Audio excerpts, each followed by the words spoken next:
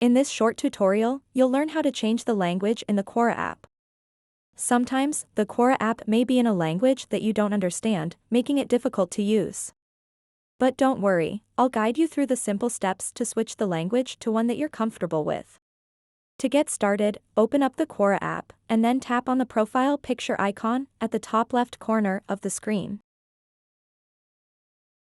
After that, tap on the gear icon at the bottom left.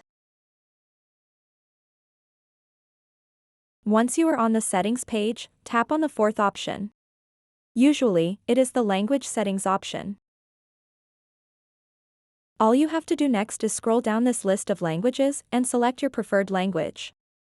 For example, I am going to choose the English language. And then tap on this blue button to confirm it. So that wraps up this tutorial. If you have any questions about this whole process, please let me know in the comments section below.